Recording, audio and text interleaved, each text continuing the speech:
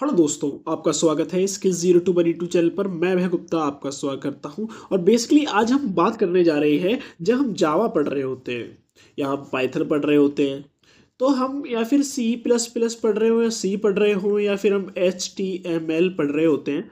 तो बेसिकली क्या होता है हमारा कंसेप्ट, जब हम एच टी एम एल पढ़ रहे होते हैं तो हमें वेबसाइट बनानी पड़ती है। तो वेबसाइट एचटीएमएल की हेल्प से जो हमारा बनता है वो बनता है, क्या बनता है, फ्रंट एंड। ठीक है। बैक एंड की जब बात आती है ना, तो हम काफ़ी सारे डेटाबेस यूज़ कर रहे होते हैं, जैसे मोंगोडीबी हो गया, और हम एसक्यूएल यूज़ कर रहे होते हैं, लाइट होता है, और my SQL and SQL simple. तो बेसिकली जब इनकी बारी आ रही होती है तो ये बैकएंड का काम होता है। वैसे ही हम आज पढ़ने वाले हैं जावा के अंदर क्या, वेब डेवलपमेंट। मतलब भैया एच टी एम एल नहीं पढ़ेंगे, नहीं नहीं, एच टी एम एल तो कोड हमारे साथ रहने वाला है, वो कभी नहीं छूटता है। पर हम with the help of Java हम कुछ जावा की क्लासेस को एक्सप्लोर कर रहे होंगे। आज हम पढ़ने जा रहे हैं कि क्या होती है सर्वलेट। तो सर्वलेट क्या होता है, व्हाट इज सर्वलेट। तो सर्वलेट एक ऐसी क्या चीज हो गई जो हमारी हेल्प कर रही होती है, किसके अंदर, जावा के अंदर। तो आइए समझते हैं कि सर्वलेट क्या होता है। अ servlet is a Java programme, एक जावा का प्रोग्राम है दैट रन, क्या रन होता है, ऑन अ सर्वर, ये सर्वर पे रन होता है। एंड हैंडल क्या करता है, रिक्वेस्ट फ्रॉम वेब क्लाइंट। तो भैया मतलब जो हमारा क्लाइंट होता है, मान लो एक्स क्लाइंट है, ये इसने रिक्वेस्ट सेंड की, तो जब भी रिक्वेस्ट सेंड कर रहा होगा तो क्या यूज कर रहा होगा, ये ऑलवेज HTTP से ही भेजेगा। बेसिकली जब भी हम नेटवर्क पे भेज रहे होते हैं, जैसे सीएन आपने पढ़ा होगा, तो एक HTTP होता है, एक HTTPS होता है, बेसिकली मोर सिक्योर, उस चीज को भी जान देते हैं। अभी हम पढ़ रहे होते हैं HTTP रिक्वेस्ट। तो बेसिकली ये क्या कर रहा होता है, a servlet is a Java program that run on a server and handle request from web client. Basically जब क्लाइंट होता है ना, क्लाइंट को अभी यूजर मत समझो, क्लाइंट एक इंटरफेस है यूजर के सामने, मतलब ब्राउजर है जो कनेक्ट कर रहा होगा किसको, HTTP की थ्रू, किसको, सर्वलेट को रिक्वेस्ट भेज रहा होगा। क्या लिखा हुआ है देखो आप, server and handle a request from web browser like a browser. तो ब्राउजर कुछ भी हो सकता है, ब्राउजर आप कुछ भी ले सकते हैं, याहू ले सकते हैं, या फिर आप क्रोम पे काम कर रहे हो तो क्रोम यूज कर सकते हैं, या फिर आप एज पे काम कर रहे हो तो एज कर सकते हैं। तो इसे एक सिंपल लैंग्वेज में कैसे समझ जाते हैं, तो एक जैसे कि सर्वलेट होता है तो समझ सकते हो, responsible for a processing client request and generating dynamic response. भैया ये डायनामिक रिस्पॉन्स क्या होता है, देखो आपने क्या किया, आपने मानते हैं डायनामिक का आपका कंसेप्ट क्लियर करते हैं बहुत आसान तरीके से। मान लो आपने क्या किया, आपने एक वेबसाइट पे गए और उसके अंदर एक रजिस्ट्रेशन फॉर्म निकाला। तो रजिस्ट्रेशन जब फॉर्म के अंदर आप गए, तो आपको पता है कि देखो ये रजिस्ट्रेशन फॉर्म बेसिकली एक स्टैटिक तरीके से समझा जाए तो स्टैटिक में क्या होगा, पहले नाम डालोगे एंड XYZ इन्फॉर्मेशन भरोगे और उसके बाद सबमिट कर दोगे। अब पर बारी आती है, अब आपसे मैं बोल रहा हूँ डायनामिक रिस्पॉन्स क्या होगा। अब ये तो फॉर्म हमारा भर गया है, अब फॉर्म के बाद, भरने के बाद जो मैसेज डिस्प्ले आपको हो रहा होगा वो सबके नाम से अलग आ रहा होगा। तो बेसिकली आपके नाम के हिसाब से आपको वो विश कर रहा है, जैसे बैकएंड में काम हुआ होगा, तो उसे बोलते हैं डायनामिक रिस्पॉन्स। बेसिकली आपको रिस्पॉन्स डायनामिक मिलेगा।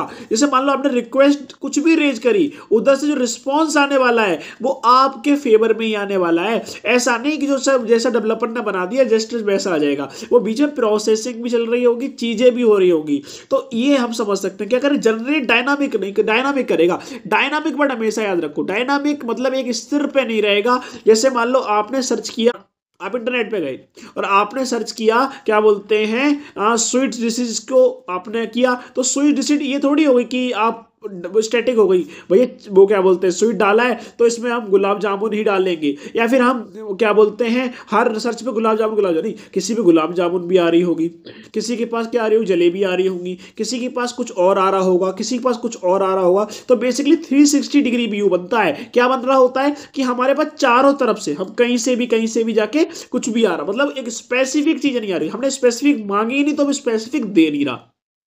अब हम स्पेसिफिक कर दे तो स्टैटिक चला जाएगा, और जब आपने स्पेसिफिक नहीं किया तो देखो आप पढ़ सकते हो रिस्पॉन्सिबल क्या होता है। सर्वलेट रिस्पॉन्सिबल किसके लिए होता है? For processing client request, client की जो रिक्वेस्ट है उसे प्रोसेस करेगा एंड जनरेट, प्रोसेस किया, प्रोसेस के बाद जनरेट किया, जनरेट के बाद डायनामिक रिस्पॉन्स दे दिया। आइए रियल लाइफ एग्जांपल समझ लेते हैं और अच्छे समझ में आ जाएगा। रियल लाइफ एग्जांपल क्या होता है? When you search for a product, आप एक प्रोडक्ट को सर्च करते हो, आप अमेजोन पे कर सकते हो, मिंत्रा पे कर सकते हो, किसी पे भी करते हो, एक मतलब कि ई कॉमर्स वेबसाइट पे आप गए। आज सर्वलेट, अब सर्वलेट की वर्किंग क्या होगी समझ लेते हैं। Servlet process your request and क्या, पहले रिक्वेस्ट को आप प्रोसेस करेगा, फिर रिट्रीव करेगा किसको? द रिजल्ट फॉर यू, आपके लिए क्या बेस्ट रिजल्ट होगा आपकी लोकेशन के हिसाब से। अब ऐसा तो नहीं है कि आप हमेशा वहां पे लोकेशन डालते हो, आपने एक बार बहुत पहले लॉगिन किया अमेजोन के ऊपर, उसके बाद आप सर्च करते हो, तो वो ऑलवेज आपके एरिया के साथ बताता है। किसी को 2 दिन के अंदर दिखाता है, क्या पता आप स्मार्ट सिटी में रहते हैं, जैसे एनसीआर साइड में आप रहते होंगे, तो वहां पे आपको 24 घंटे के अंदर या 12 घंटे के अंदर चीज मिलती होगी, या ब्लिंकिट करते हैं तो आपको 10 मिनट के अंदर चीजें मिल जाएंगी। तो वो ऑटोमेटिक वर्क हो रहा है, वो वर्क कर कौन रहा है? उसका काम कर रहा है बैकएंड के पीछे वाला। बैकएंड के पीछे जब काम हो रहा है तो वहां पे कौन यूज कर रहे होते हैं? हम कर रहे होंगे सर्वलेट को। तो आपके एग्जाम में पूछा जाए कि सर्वलेट क्या होता है, आप ऐसे बता सकते हैं। आप बोल सकते हो कि डायनामिक, आप देखो कुछ वर्ड्स ऐसे होते हैं जो आपको दिखाने ही पड़ते हैं एग्जाम में, जैसे डायनामिक रिस्पॉन्स, या लोग बोल सकते हैं कि रिस्पॉन्स देगा, तो वो भी सही है। पर डायनामिक रिस्पॉन्स मतलब बच्चे को इन्फॉर्मेशन है, मतलब वो पढ़ के आया है, एक रात पहले पढ़ के नहीं आया है, पर बाय द वे पढ़ एक रात पहले रहे हो, वो बात अलग हो गई। अब बारी आती है कि इसका डायग्राम बना सकते हैं। एब्सोल्युटली, आपको एक क्लाइंट लिखना है। अब देखो क्लाइंट मतलब ब्राउजर है। अब यहाँ पे ऐसा मत करें ना क्रोम लिख दो, कर दोगे सही है, पर ब्राउजर एक स्टैंडर्डाइज्ड लैंग्वेज हो जाती है। मतलब आप ब्राउजर लिख रहे हो, इसका मतलब कोई भी ब्राउजर यूज कर सकते हो। आपने लिमिटेशन नहीं दी, आपने डायनामिक अप्रोच की है किसके अंदर? डायग्राम के अंदर। अब उसके बाद आप कोई भी चीज आप सर्च करोगे वो HTTP के थ्रू क्या होगी? रिक्वेस्ट होगी, जैसे मैं आपको पहले बता चुका हूं। उसके बाद क्या होगा? सर्वलेट के पास जाएगा, सर्वलेट के पास सर्वर होते हैं। अभी सर्वर पे सर्च करेगा कि ये डेटा कहां पड़ा हुआ है, रिक्वेस्ट क्या है, क्या रिक्वेस्ट कंटेंट के हिसाब से सही है। इन केस आपने कुछ ऐसा कंटेंट मांग लिया जो 18 प्लस वाला है या फिर 80 से लेस है, और मानते हैं कि आपकी जो एज है वो इस क्राइटेरिया को मैच नहीं कर पा रही है, तो वो आपको एक एरर शो कर देगा। अब वो एरर शो करेगा ना, वो पता है हम एरर खुद ही डालते हैं किसके अंदर? हम सर्वलेट के अंदर हम एरर भी यूज कर रहे होते हैं, हम एरर भी फ्रेम करेंगे। हम क्या कर रहे होंगे? एक्सेप्शनल हैंडलिंग भी कर रहे होंगे और एरर को हैंडल कर रहे होंगे। तो हमारी वेबसाइट में जो कंटेंट है तो सारे कंटेंट, पर वो कंटेंट कौन देखेगा उससे भी हम क्या कर रहे होंगे? हम मैनेज कर रहे होंगे, उसे भी मैनेज करना भी हम सीख लेते हैं। तो अब सर्वर पे जाएगा, अच्छा ये 18 प्लस है तो ठीक है, इसे ये वाला कंटेंट रिसीव कर दो। अब रिसीव कैसे होगा? अब ये चाहता तो मैं ये गोल बना सकता था, पर मैंने आपको सिंपलिसिटी रखने के लिए एक क्लाइंट ने किया रिक्वेस्ट, इस सर्वर पे गया, सर्वलेट मतलब बेसिकली सर्वर पे सर्वलेट, उसके बाद HTTP रिस्पॉन्स के थ्रू फिर वापस आया, क्लाइंट खुश हो गया। ये वही क्लाइंट है जो क्लाइंट हमने यूज किया था ना, मैंने कुछ एक्सडेस यूज नहीं किया है। अब यहाँ पे एक्सडेस लिख दिया तो यहाँ पे भी एक्सडेस ही लिखना पड़ेगा कि ये both are same clients and absolutely HTTP send is different and HTTP response is different। दोनों के पोर्ट्स अलग होंगे, आपने पोर्ट्स पढ़ा होगा। ये दोनों पोर्ट्स हाँ बेसिकली एक्नॉलेजमेंट करेंगे, ट्रांसमिशन करेंगे, पर साथ साथ में एक चीज आप याद रखना कि आपका जो क्लाइंट से लेके सर्वलेट तक और सर्वलेट से लेके क्लाइंट तक के बीच की प्रोसेसिंग क्या होती है, ये आपको पेपर भराने में हेल्प कर रही होगी। तो यहाँ पे मैंने देखो आपके हिसाब से, सॉरी एक मिनट, आपको थोड़ा टेढ़ा दिख रहा होगा दोस्तों। अब देखो आपके हिसाब से मैंने यहाँ पे आपको बता दिया कि आप ऐसे बना सकते हैं, आप इसे मतलब एक स्क्रीनशॉट ले सकते हैं। अभी तक आपने ले लिया होगा, पर मैं आपसे कहूंगा कि आप स्क्रीनशॉट ना लें, आप कुछ भी ना करें, आप एक कॉपी लें और पढ़ते पढ़ते साथ साथ में लिखते हुए जरूर चले। पोज करने में कुछ नहीं जाता दोस्त, दोबारा वीडियो देखने में टाइम वेस्ट होगा। आइए अब बात भी कर रहे होते हैं सर्वलेट लाइफ साइकिल क्या होती है। यार लाइफ साइकिल हमारी नहीं, सर्वलेट की भी होती है। अच्छा सर्वलेट की होती है, इसका मतलब बैकएंड की होती होगी। अच्छा बैकएंड की होती है तो ये पूरा प्रोसेस होता है, तो ये प्रोसेस किसके अंदर आता है? इस प्रोसेस को हम बोलते हैं डेव ऑप्स। डेव ऑप्स क्या होता है? डेव ऑप्स को देखो सिंपल समझ लो, डेव ऑप्स एक तरीके का एक ऐसा प्रोसेस है जिसके अंदर हमने कोई भी सिस्टम बना रखा है, जैसे हमने कोई सॉफ्टवेयर बनाया है तो उसकी स्टार्टिंग से लेकर लास्ट से से लेके सारी प्रॉब्लम को मैनेज करना, हर चीज को प्रोसेस करना, एक लूप बनाता है, उसी को बोलते हैं लाइफ साइकिल। तो आइए लाइफ साइकिल को थोड़ा समझ लेते हैं। The servlet life cycle define the process from the creation, ध्यान रखना, फ्रॉम द क्रिएशन से स्टार्ट होता है to the destruction of the servlet. मतलब आप इसे सिंपल समझ सकते हो, आपने रिक्वेस्ट को जनरेट किया with the help of HTTP और उसको आपने सर्वलेट को भेज दिया।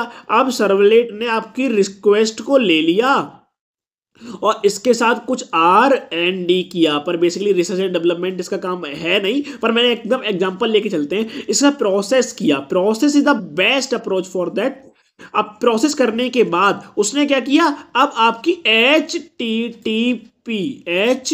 HTTP के थ्रू रिस्पॉन्स जनरेट किया। रिस्पॉन्स किसको भेजा, क्लाइंट को भेजा ना भाई, क्योंकि क्लाइंट ने ही तो हमें क्या बोलते हैं रिक्वेस्ट भेजी थी, तो क्लाइंट को भेज दिया उसने वापस। तो अब क्या हो गया, अभी हमारे सिंपल लाइफ साइकिल बन गया ना, एक देखो लूप बन रहा है। क्लाइंट ने सेंड किया, रिक्वेस्ट मिली, रिक्वेस्ट ने सर्वलेट को भेजा, सर्वलेट से फिर रिक्वेस्ट रिस्पॉन्स जनरेट हो गई, request and respond and request, ये दोनों ध्यान रखना। और ये SC याद रखना, C for client, S for क्या होता है हमारा सर्वलेट। इसे तो आप बोलोगे नहीं, क्वेश्चन में गिवन हो रहा होगा। अब बारी आती है कि प्रोसेस क्या होता है। भैया ये तो आपने नॉर्मल तरीके से बता दिया, ये पेपर में थोड़ी लिखेंगे, नंबर थोड़ी देगा वो। अच्छा, पेपर में नंबर चाहिए तो इन 3 स्टेप को रट लो। देखो डेफिनेशन में आपने ये शब्द पढ़ा, ये आ गया। रिक्वेस्ट हैंडलिंग कितनी देर से बोल रहा हूं, और उसके बाद इनिशियलाइज। अब देखो स्टार्ट करोगे ना दोस्त, तो इनिशियलाइज करोगे। इनिशियलाइज की फुल फॉर्म याद रखो, बड़ी स्पेलिंग याद नहीं हो रही तो INIT, और ये हो गए आपके ब्रैकेट्स, सर्कुलर क्लोज ब्रैकेट। तो ये क्या होता है, called when the servlet is create. अब सर्वलेट क्रिएट होगा, अब उसके बाद जब क्या होता है सर्वलेट क्रिएट हो जाता है, फिर रिक्वेस्ट हैंडलिंग की बारी आती है। तो यहाँ पे सर्विस यूज कर रहे होते हैं, हम प्रोसेस करते हैं क्लाइंट की रिक्वेस्ट को, क्लाइंट ने क्या भेजा है, क्या सही है, क्या इसे भेजना चाहिए, क्या हमारे पास है भी, क्या नहीं है, एरर शो करें या फिर ना करें, ये सारा प्रोसेसिंग के अंदर ही आ जाता है। ये देखो यार, जब बात बोली ना प्रोसेस की, तो प्रोसेस में जितना लिख सको उतना लिख देना, पेपर नंबर पूरे मिलने वाले। अब उसके बाद आती है डिस्ट्रॉय। अब डिस्ट्रॉय क्यों बोलते हैं यार, ये डिस्ट्रक्शन को डिस्ट्रॉय लिख दिया, इसका मतलब क्या है, देखो हमेशा समझो। अब आपने क्या किया, आप अमेजोन पे गए, अब आपको एक कपड़े पसंद आए, आपने XYZ कंटेंट मतलब आइटम्स को परचेस किया, आपने इसे क्या करोगे, ऐड टू कार्ट। आपने ऐड टू कार्ट कर दिया।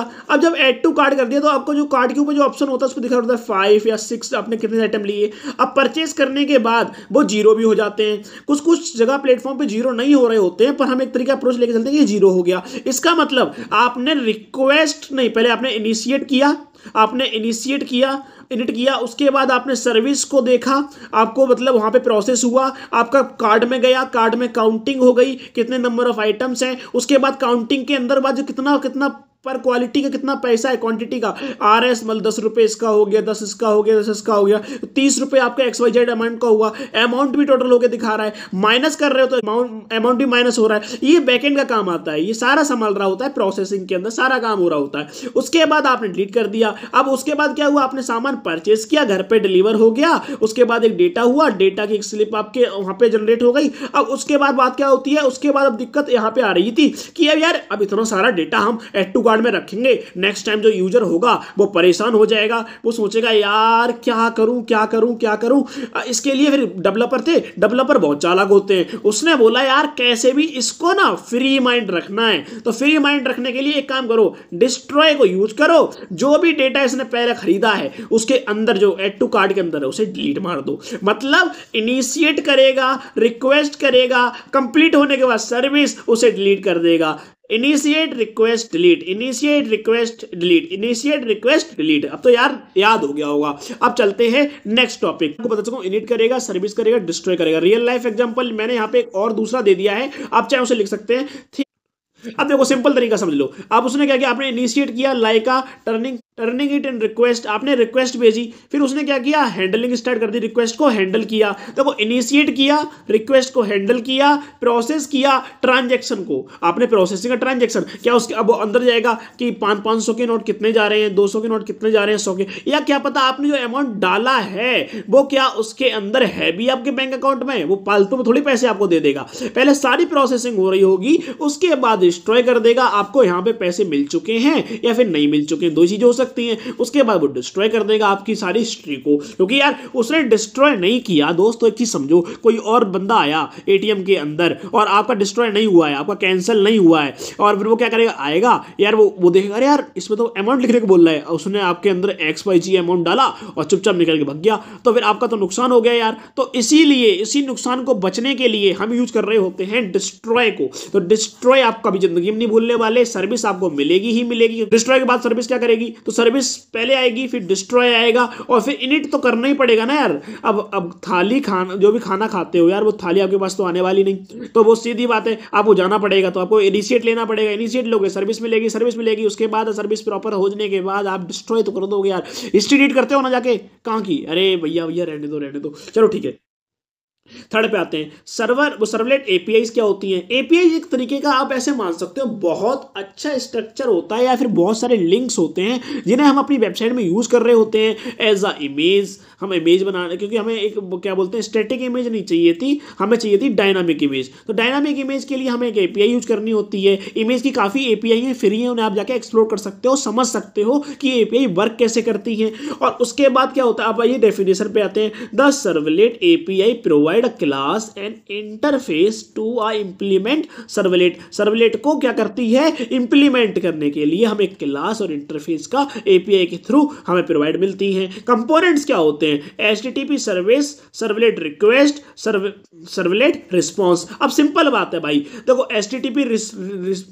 HTTP सर्विस में क्या होगा, base class for creating HTTP base, तो बेस सर्वलेट के लिए। तो इसमें क्या होता है, हमारी सिंपल है यार, आपने रिक्वेस्ट भेजी, क्रिएट हुई, उसके बाद सर्वलेट रिक्वेस्ट के पास आई, अभी क्या करेगा, रिट्राइव करेगा, प्रोसेस करेगा डेटा को, किसकी, क्लाइंट की रिक्वेस्ट को। क्लाइंट कौन है, क्लाइंट एक ब्राउजर को, ब्राउजर पे रिक्वेस्ट कौन कर रहा है, ह्यूमन कर रहा है, तो वो यहाँ पे जाके क्या हो रहा है, डेटा प्रोसेसिंग हो रही है। फिर सर्वलेट रिस्पॉन्स करेगा, सर्वलेट रिस्पॉन्स करने के बाद अब उसके अंदर हम क्या कर रहे होंगे, send the response back to client. अब सिंपल है यार, रिस्पॉन्स प्रोसेस हो गया, आप क्लाइंट के पास भेज देंगे, that's it, is the server. अब इसे हम, अब आप इसे पेपर में लिख सकते हैं जाके, क्या होता है ये सर्वर एपीआई। हो सकता है ये पेपर में ना ही हो, तो आप ऐसे देख सकते हैं, ये होगी सर्वलेट रिक्वेस्ट, ये होगी सर्वलेट रिस्पॉन्स, ये सर्विस, ये हो गया HTTP सर्विस। अब बारी आती है रियल लाइफ एग्जांपल क्या होगा, तो भैया रियल लाइफ एग्जांपल इसका similar to a WhatsApp API handling a message. तो व्हाट्सअप की जो एपीआई होती है, अरे भैया व्हाट्सअप भी एपीआई है पे यार, एब्सोल्युटली। तो इसके अंदर इमेज भी जाती है, टेक यार इमेज तो कल ही भेजी थी, चल छोड़ो इसे, टेक्स्ट भी जाता है, ऑडियो भी जाती है, GIF भी जाती है, इमोजी भी जाती है, XYZ सारा कंटेंट डॉक्यूमेंट के थ्रू जाता है, टेक्स्ट में डॉक्यूमेंट आ जाता है यार, क्या बता रहे हो अबे। अब बारी आती है, अब हैंडलिंग मतलब क्या कर रहा है, ये similar to work, similar to WhatsApp API handling message. Servlet वैसे ही करता है, servlet API manage web request, ये वेब की रिक्वेस्ट को मैनेज करता है। सेम एपीआई जो होती है ना इसकी वेब की, देखो एब्सोल्युटली सर्वर, जब बार सर्वलेट की बात आती है तो ये वेब पे काम करता है, तो इसकी एपीआई वेब पे काम करेंगे ना भाई। तो इसे आप ऐसे लिख सकते हो, आपको आपके 5 नंबर में आता है तो आप थोड़ा डिटेल में लिख देना कि यार ऐसे ऐसे काम करते हैं, इसका डायग्राम बना देना। आप लिखना सर्वलेट, यहाँ लिखना HTTP सर्वलेट, उसके बाद सर्वलेट रिक्वेस्ट, और उसके बाद रिक्वेस्ट आपकी रिस्पॉन्स के थ्रू, रिस्पॉन्स देखो रिक्वेस्ट के बाद देखो हम याद रखने का तरीका, SRR कैसे भैया, तो S मतलब एक सर्वलेट होगा, सर्वलेट हमारे साथ किसका, HTTP के साथ सर्वलेट आ जाएगा, HTTP, फिर सर्वलेट, फिर हमारा आ रहा है रिस्पॉन्स के साथ, फिर आ रहा है सर्विस, हमारा क्या बोलते हैं सर्वलेट। देखो सर्विस, सर्वलेट के थ्रू हमें रिस्पॉन्स भी, रिक्वेस्ट भी जनरेट हो रही है, उसी के थ्रू हमें क्या मिल रही है, रिस्पॉन्स। इसके बीच में काफी सारे प्रोसेस होते हैं, उन प्रोसेस को आप लिख सकते हो 5 नंबर के अंदर। अब बारी आटिंग सिंपल सर्वलेट। सिंपल सर्वलेट लिखने का तरीका क्या है, तो आप इसे देखो, एक मैंने प्रोग्राम लिख दिया है, बहुत छोटा लिखा है, पेपर में लिख सकते हैं, बहुत आसान है। हम इंपोर्ट कर रहे होंगे जावा के अंदर, इनपुट एंड आउटपुट बेसिकली हम स्टार लगा देते हैं क्योंकि हम सारी इसकी चीज़ें हमें यूज़ करनी है। फिर हम जावा एक्स सर्वलेट यूज़ कर रहे होंगे, उसके अंदर भी हमने स्टार लगाया क्योंकि स्टार लगाने का कारण ये होता है कि हम इसके अंदर के सारे फंक्शन, सारे मेथड चीज़ों को हम रिट्राइव करेंगे। मे भी हम सारे प्रोग्राम में ना कर पा रहे हो, पर हमारे बीच में कोई रोक टोक ना आए क्योंकि हमें बहुत सारी चीज़ों की इन्फॉर्मेशन नहीं है, इसके लिए हम लगाते हैं। हमें स्पेसिफिक इनपुट आउटपुट चाहिए, हमें स्पेसिफिक डेटा लेना है, तो हम स्पेसिफिक चीज़ें लिख सकते हैं। इंपोर्ट जावा सर्वलेट एचटीटीपी रिक्वेस्ट, हम एचटीटीपी रिक्वेस्ट भी जनरेट करने के लिए काम कर रहे होंगे। तो सिंपल है, क्लाइंट ने रिक्वेस्ट भेजी, आप इसे थोड़ा इस फिगर को समझ लो, पूरा कोड लिख लोगे। क्लाइंट आएगा, एचटीटीपी रिक्वेस्ट आएगी, उसमें आपने लिखा हेलो सर्वलेट, आपने फिर, अब देखो रिक्वेस्ट सेंड कर रहे हो सर्वलेट के पास, तो किससे, गेट से जाएगा। डू गेट यूज कर रहे होते हैं हम जावा के अंदर, और हम ओनली गेट यूज कर रहे होते हैं पाइथन के अंदर। तो आपको पाइथन भी पढ़नी है तो रिक्वेस्ट डाल सकते हो, आपको पाइथन मिल जाएगा। उसके बाद हम एचटीटीपी रिस्पॉन्स ले रहे होंगे, बेसिकली ये जा रहा होता है गो पोस्ट के थ्रू, ये हमें मिल रहा होगा गो पोस्ट के थ्रू। अब बारी आती है, हम लिखेंगे, अब देखो सिंपल सिंटेक्स है, आप इसे आप देख सकते हैं, समझ सकते हैं, मैं थोड़ा रीड कर देता हूँ। आप पब्लिक क्लास हेलो, अब देखो पब्लिक क्लास बनाई, उसके बाद आपने यहाँ पे मैसेज, आपने क्या लिखा, आप क्या भेज रहे हो, हेलो सर्वलेट एंड एक्सटेंड्स। अब देखो यहाँ पे मैंने बताया एक्सटेंड टीपी, तो बेसिक एक्सटेंडिंग क्या होता है, ये अब एक्सटेंड करता है सर्विस, सर्वलेट को करेगा। और उसके बाद public void to go to get पे जाएगा, एचटीटीपी सर्वर आ गया, सर्वर का रिस्पॉन्स होगा, रिक्वेस्ट होगी server.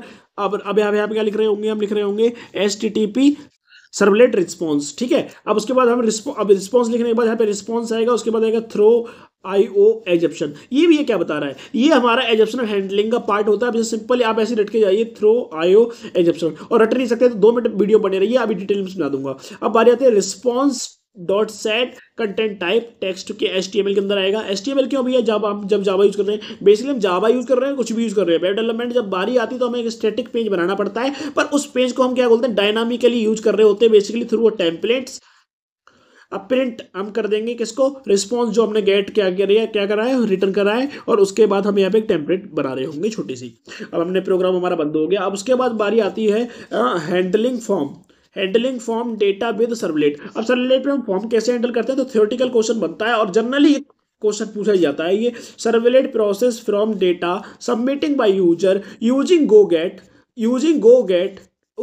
Do get and do post. तो सिंपल है, ये 2 मेथड याद रख लो यार, और कुछ नहीं करना। अब देखो, इससे आप रिक्वेस्ट को सेंड करोगे, इसको पकड़ोगे यार, 2 मेथड है। स्टेप्स क्या होते हैं, सिंपल है, क्रिएट HTML फॉर्म तो फ्रॉम द सर्वलेट में भेज दिया था हमने, देखो पहले ही पढ़ा, सर्वलेट को भेजना है। फिर उसके बाद क्या बोलते हैं, प्रोसेस डेटा। अब डेटा सब यहाँ पहुंच गया है, इसके पास आ गया, तो डेटा क्या होगा भाई, प्रोसेस होगा data using request get parameters, जो कुछ पैरामीटर्स उसके होंगे।